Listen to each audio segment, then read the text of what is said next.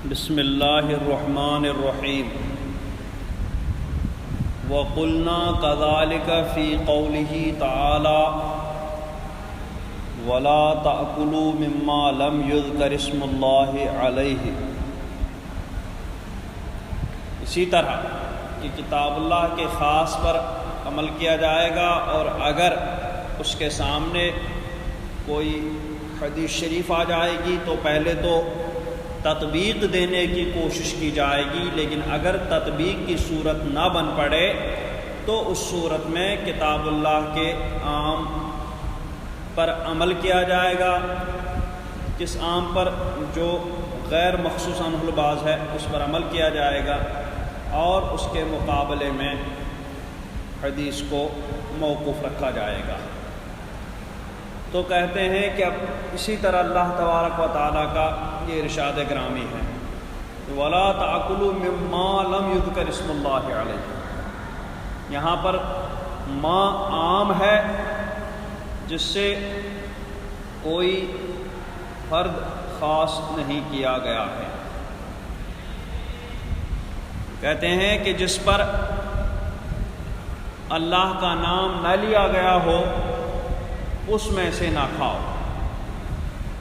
تو اس آیت کریمہ کے بارے میں ہم کہتے ہیں کہ وہ ذبیحہ جس پر عمدن جان بوجھ کر اللہ کا نام لینا چھوڑ دیا گیا ہو، بسم اللہ پڑھنا چھوڑ دیا گیا ہو، وہ اس آیت کریمہ کی روح سے حرام ہو جاتا ہے۔ تو یہ کتاب اللہ کا ایک ایسا عام حکم ہے جو غیر مخصوص عنہ الباز ہے۔ وجاء فی الخبر، حدیث شریف میں آیا ہے کہ سرکار صلی اللہ تعالی علیہ وسلم سے عمدن بسم اللہ چھوڑ کر ذبیحہ جو کیا گیا اس کے بارے میں سوال کیا گیا کہ کیا وہ ذبیحہ کھانا جائز ہے جس کو ذبح کرنے والے نے جان بوجھ کر کے بسم اللہ پڑھنا چھوڑ دیا، بسم اللہ نہ پڑھی ہو؟ تو سرکار صلی اللہ تعالی علیہ وسلم نے ارشاد فرمایا کہ اس کو کھاؤ، کیونکہ اللہ کا نام ہر مومن شخص کے دل میں ہے۔ تو اب ایک طرف تو آیت کریمہ کا حکم عام بتا رہا ہے کہ اس کو مت کھاؤ جس پر اللہ کا نام ذکر نہ کیا گیا ہو، دوسری طرف حدیث شریف فرما رہی ہے کہ اس کو کھاؤ جس پر اللہ کا نام جان بوجھ کر کے بھی چھوڑ دیا گیا ہو، کیونکہ سوال اسی کے بارے میں ہے، کیونکہ اللہ کا نام ہر مومن شخص کے دل میں ہے۔ تو آیت کریمہ منع کر رہی ہے، اور حدیث شریف خبر واحد جو ہے وہ اجازت دے رہی ہے، اور ان دونوں میں توفیق اور تطبیق کی بھی کوئی صورت نہیں ہے کہ دونوں پر عمل ہو سکے۔ کیوں؟ اس لیے کہ اگر عمدن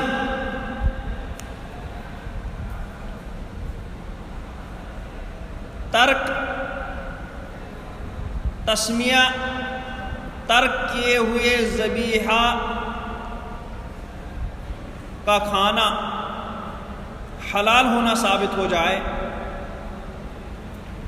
تو بھول کر کے جس ذبیحہ پر اللہ کا نام چھوڑ دیا گیا ہو اس کا حلال ہونا تو بدرجہ اولیٰ ثابت ہو جائے گا۔ اب کیا ہوگا؟ ذبیحہ وہ جس کو ذبح کرنے والے نے جان بوجھ کر کے اللہ کا نام لے کر ذبح نہیں کیا،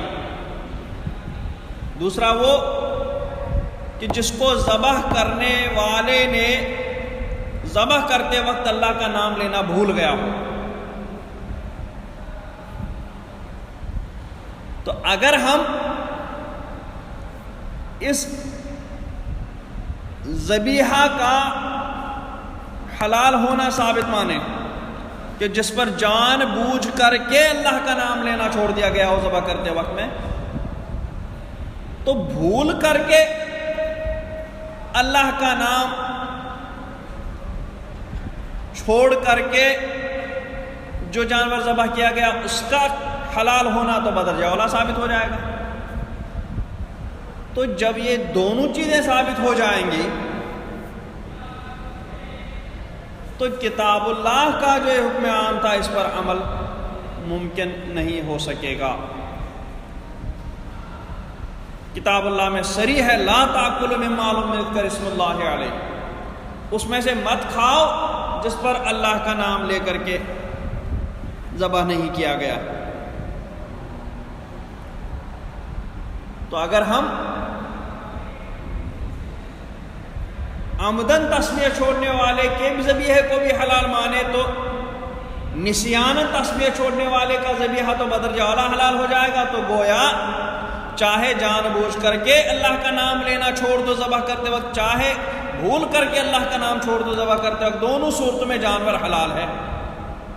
ویسی بات ہے تو یہ تو کتاب اللہ کے صریح خلاف ہے۔ کتاب اللہ میں تو ہے لا تاکلوا مما لم یذکر اسم اللہ علیہ، اس میں سے مت کھاؤ جس پر اللہ کا نام نہیں لیا گیا۔ تو لہٰذا اس آیت کریمہ اور اس حدیث پاک کے درمیان میں تطبیق کی صورت نہیں بن پڑ رہی ہے، اس وجہ سے کتاب اللہ پر عمل کیا جائے گا اور اس خبر واحد کو موقوف رکھا جائے گا۔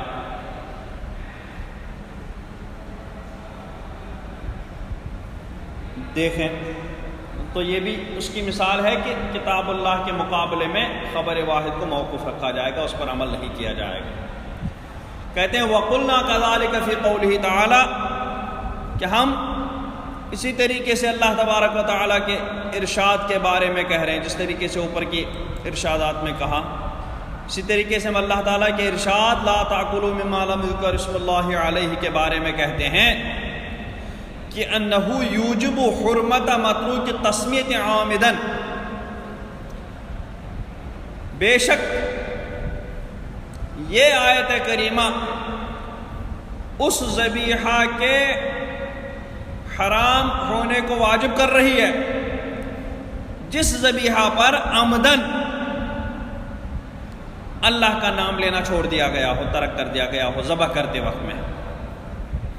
وجاء فی الخبر انہ علیہ الصلوۃ والسلام سئل عن متروک التسمیہ، اور خبر میں آیا، حدیث میں آیا ہے کہ سرکار صلی اللہ تعالی علیہ وسلم سے اس ذبیحے کے بارے میں پوچھا گیا جس کو ذبح کرتے وقت جان بوجھ کر کے عمدن بسم اللہ پڑھنا چھوڑ دیا گیا ہو۔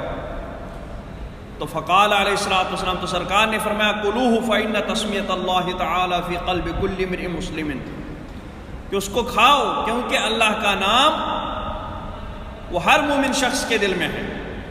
فلا يمکن التوفیق بینہما، لہذا آیت کریمہ اور اس خبر واحد کے درمیان توفیق ممکن نہیں ہے۔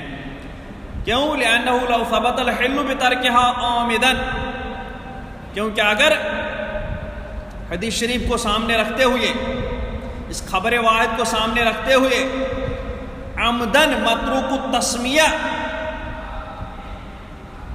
کے حلال ہونے کو ثابت مانا جائے تو لثبت الحل بترکها ناسیا، تو نسیاناً متروک التسمیہ کا حلال ہونا بدرجہ اولا ثابت ہو جائے گا۔ اگر عمدن تسمیہ کے ترک کرنے سے، بسم اللہ کے چھوڑ دینے سے اس جانور کا حلال ہونا ثابت ہو جائے تو نسیاناً اس بسم اللہ کے چھوڑ کر کے اس ذبح کئے ہوئے جانور کا حلال ہونا بدرجہ اولا ثابت ہو جائے گا۔ تو جب عمدن نسیاناً دونوں صورتوں میں اس جانور کا حلال ہونا ثابت ہو جائے گا اس خبر واحد کی روح سے، تو فحینئذ یرتفع حکم الکتاب، تو کتاب اللہ کا جو حکم تھا لا تاکلوا، اس پر تو بالکل ہی عمل نہیں ہو جائے گا، اس کا جو حکم ہے وہ حکم بالکل ہی مرتفع ہو جائے گا، اٹھ جائے گا۔ حالانکہ خبر واحد وہ کتاب اللہ کے حکم کو بالکل یہ اٹھا نہیں سکتی ہے، ختم نہیں کر سکتی ہے، منسوخ نہیں کر سکتی ہے، اور اس صورت میں تو کتاب اللہ کا حکم تو بالکل ہی منسوخ ہو رہا ہے۔ لہذا فیترک الخبر، اس خبر واحد کو چھوڑ دیا جائے گا، ترک کر دیا جائے گا، اور کتاب اللہ پر عمل کیا جائے گا۔ اب اس بحث سے ہٹ کر کے مسئلہ یہ ہے کہ اگر عمدن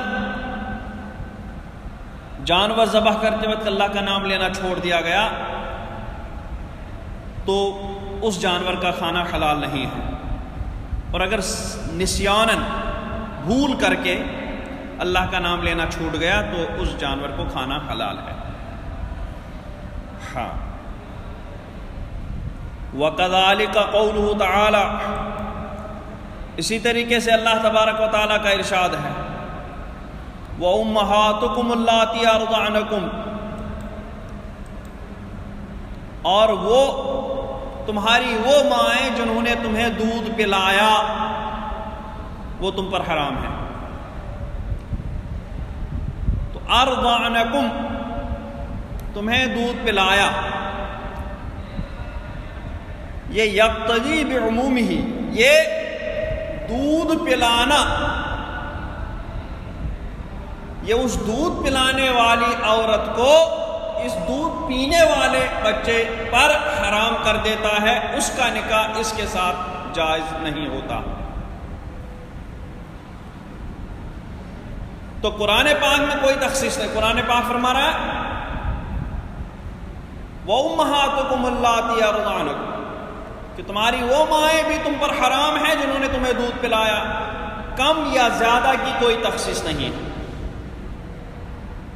اس لیے کتاب اللہ کا یہ حکم اپنے عموم کے ساتھ اس بات کا تقاضا کر رہا ہے کہ دودھ پلانے والی عورت نے چاہے تھوڑا پلایا چاہے زیادہ پلایا، ہر حال میں وہ اس دودھ پینے والے شخص پر حرام ہو جاتی ہے، اس کا نکاح اس کے ساتھ جائز نہیں رہتا۔ اب اس کتاب اللہ کے حکم کے سامنے حدیث پاک میں حکم ہے کہ لا تحرم المسۃ ولا المستان ولا الاملاجۃ ولا الاملاجتان، مس مسلم نے چوسنا یہ بچے کا فعل ہوتا ہے، بچہ پستان کو منہ میں لے کے چوستا ہے تو مسا کہتے ہیں، اور املاج یہ عورت کا فعل ہوتا ہے، یعنی بچے کے منہ میں پستان دینا۔ مس بچے کا منہ میں پستان لے کر چوسنا، اور املاج بچے کے منہ میں پستان دینا، تو مس بچے کا فعل ہوتا ہے اور املاج عورت کا فعل ہوتا ہے۔ تو حدیث میں آیا ہے لا تحرم المسۃ ولا المستان، کہ ایک چسکی اور دو چسکی اس بچے کو اس عورت پر حرام نہیں کرتا۔ ولا الاملاجۃ ولا الاملاجتان، نہ ہی ایک مرتبہ عورت کا بچے کے منہ میں پستان دینا یا دو مرتبہ عورت کا بچے کے منہ میں پستان دینا اس عورت کو اس بچے پر حرام کرتا ہے۔ تو اب یہاں پر ایک تو کتاب اللہ ہے جس میں حکم عام ہے کہ جو بھی عورتیں تمہیں دودھ پلائیں وہ تم پر حرام، قلیل و کثیر کی کوئی تقسیم نہیں۔ دوسری طرف حدیث پاک میں ہے کہ نہیں، ایک چسکی اور دو چسکی، یا ایک مرتبہ پستان ڈالنا دو مرتبہ پستان ڈالنا یہ حرام نہیں کرتا۔ تو دونوں کے درمیان تطبیق بھی ممکن نہیں ہے۔ کہتے ہیں فیترک الخبر۔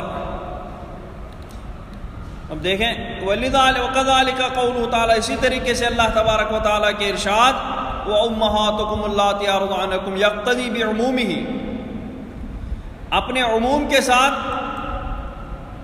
اس بات کا تقاضا کرتا ہے، اس بات کا مقتضی ہے حرمت نکاح المرضع، کہ دودھ پلانے والی عورت کا نکاح اس پینے والے کے ساتھ حرام ہے۔ وَقَدْ جَاءَ فِي الْخَبَرِ لَا تُحَرِّمُ الْمَسَّةُ وَلَا الْمَسَّتَانِ وَلَا الْإِمْلَاجَةُ وَلَا الْإِمْلَاجَتَانِ، حالانکہ حدیث شریف میں آیا، خبر واحد میں آیا ہے کہ ایک چسکی اور دو چسکی اور ایک مرتبہ بسنان ڈالنا بچے کے منہ میں، 2 مرتبہ بسنان ڈالنا بچے کے منہ میں حرام نہیں کرتا ہے اس عورت کو، دودھ پلانے والی عورت کو اس بچے پر۔ فلم یمکن توفیق بینہما، اور دونوں کے درمیان کتاب اللہ کے حکم اور خبر واحد کے حکم کے درمیان توفیق بھی ممکن نہیں ہے۔ فیترک الخبر، لہذا خبر کو ترک کر دیا جائے گا، یعنی موقوف رکھا جائے گا، کتاب اللہ پر عمل کیا جائے گا اور خبر کو موقوف رکھا جائے گا۔ اور یہ ہمارا مذہب ہے کہ چاہے 1 قطرہ پیے چاہے 2 قطرہ پیے، وہ رضاعت ثابت ہو جائے گی اس سے۔ یہ اس عام کی تفصیل تھی کہ جس سے کسی فرد کو خاص نہیں کیا گیا تھا، جس میں کوئی تخصیص نہیں کی گئی تھی۔ اب عام کی دوسری قسم کہ جس میں بعض افراد کی تخصیص کی گئی، بعض افراد کو مخصوص کیا گیا، تو اس عام کا کیا حکم ہے؟ کیا اس پر عمل کرنا واجب ہوتا ہے یا اور کوئی حکم ہے؟ تو فرماتے ہیں کہ وہ عام جس سے بعض افراد کو مخصوص کیا گیا، اس کا حکم یہ ہے کہ ان مخصوص افراد کو چھوڑ کر کے جو افراد باقی بچے، ان باقی افراد کے بارے میں اس پر عمل کرنا واجب ہو جاتا ہے۔ لیکن کیسے؟ مال احتمال کے ساتھ۔ کیا مطلب؟ یعنی ان باقی بچے ہوئے افراد میں بھی تخصیص کا احتمال باقی رہتا ہے۔ تو عام ہے، عام سے بعض افراد کو مخصوص کیا گیا تو باقی بچے باقی، ان باقی افراد میں اس عام پر عمل کرنا واجب ہوتا ہے، لیکن احتمال کے ساتھ، یعنی اس بات کے احتمال کے ساتھ کہ ان باقی افراد میں سے بھی کسی فرد کو جو ہے وہ مخصوص کیا جا سکتا ہے، مستثنیٰ کیا جا سکتا ہے۔ فَإِذَا قَامَ الدَّلِيلُ عَلَى تَخْصِيصِ الْبَاقِي، تو جب ان باقی افراد کو خاص کرنے پر بھی کوئی دلیل قائم ہو جاتی ہے، پائی جاتی ہے، تو یجوز تخصیص بخبر الواحد بالقیاس، تو ان باقی افراد کو اب خبر واحد کے ذریعے بھی خاص کیا جا سکتا ہے، یعنی ان مخصوص افراد کے ساتھ ملا دیا جا سکتا ہے، اور قیاس کے ساتھ بھی۔ الی ان یبقی الثلاث، یہاں تک کہ ان بقیہ افراد میں سے 3 فرد باقی بچیں۔ اب یہاں پر میں ایک بات آپ کو بتا دوں، اس کو بھی دھیان سے سن لینا۔ خبر واحد کے ذریعے کتاب اللہ کے حکم عام کی تخصیص کرنا، یہ اول وہلہ میں جائز نہیں ہے، مطلب پہلی بار میں جائز نہیں۔ خبر واحد یا قیاس کے ذریعے کتاب اللہ کے حکم عام میں تخصیص کرنا جائز نہیں ہے، لیکن کب؟ پہلی بار میں۔ اس لیے اگر اس کتاب اللہ کے عام کی تخصیص کسی خبر مشہور نے کر دی، حدیث مشہور نے کر دی، حدیث متواتر نے کر دی، تو جب حدیث مشہور یا حدیث متواتر وغیرہ کسی دلیل قطعی سے اس کتاب اللہ کے عام میں تخصیص ہو جائے ایک مرتبہ، تو اب دوسری تیسری مرتبہ کے بعد اس میں خبر واحد کے ذریعے بھی تخصیص کرنا جائز ہے اور قیاس کے ذریعے بھی تخصیص کرنا جائز ہے۔ یہ بالکل دھیان رکھنا آپ کو۔ کتاب اللہ کے عام کو خبر واحد یا قیاس کے ذریعے مخصوص کرنا جائز نہیں ہے، لیکن کب؟ پہلی بار میں۔ تو اگر پہلی بار میں خبر مشہور وغیرہ کے ذریعے اس کتاب اللہ کے عام میں تخصیص ہو گئی، تو اب اس کے بعد خبر واحد یا قیاس سے بھی اس میں تخصیص جائز ہے۔ تو اس لیے فرمایا کہ کتاب اللہ کا وہ عام جس سے بعض افراد کو مخصوص کر دیا گیا، اس کا حکم یہ ہے کہ باقی افراد میں اس عام پر عمل کرنا واجب و ضروری ہے، لیکن احتمال کے ساتھ، یعنی اس بات کے احتمال کے ساتھ کہ ان باقی افراد میں سے بھی کوئی مخصوص ہو سکتا ہے، کوئی مستثنا ہو سکتا ہے۔ تو جب دلیل شرعی قائم ہو جائے، پائی جائے، ان باقی افراد میں سے بھی کسی کے تخصیص کرنے پر، تو اس باقی افراد میں سے اس فرد کی تخصیص کرنا بھی جائز ہے، خبر واحد کے ذریعے یا قیاس کے ذریعے۔ اب یہ بات وہی آ گئی کہ پہلے اس کی تخصیص ہو چکی ہے خبر قطعی سے، دلیل قطعی سے۔ جب ایک بار تخصیص ہو چکی ہے تو اب اس میں خبر واحد یا قیاس کے ذریعے بھی تخصیص کرنا جائز ہے۔ تو اب خبر واحد کے ذریعے، قیاس کے ذریعے ان بقیہ افراد کی بھی تخصیص کرنا جائز ہے، چونکہ احتمال تو سب میں تھا کہ ہو سکتا ہے کہ جس چیز کی بنا پر ان مخصوص افراد کو خاص کر دیا گیا وہ چیز ان بقیہ افراد میں بھی پائی جائے، لہذا وہ بھی خاص ہو سکتے ہیں، مخصوص ہو سکتے ہیں۔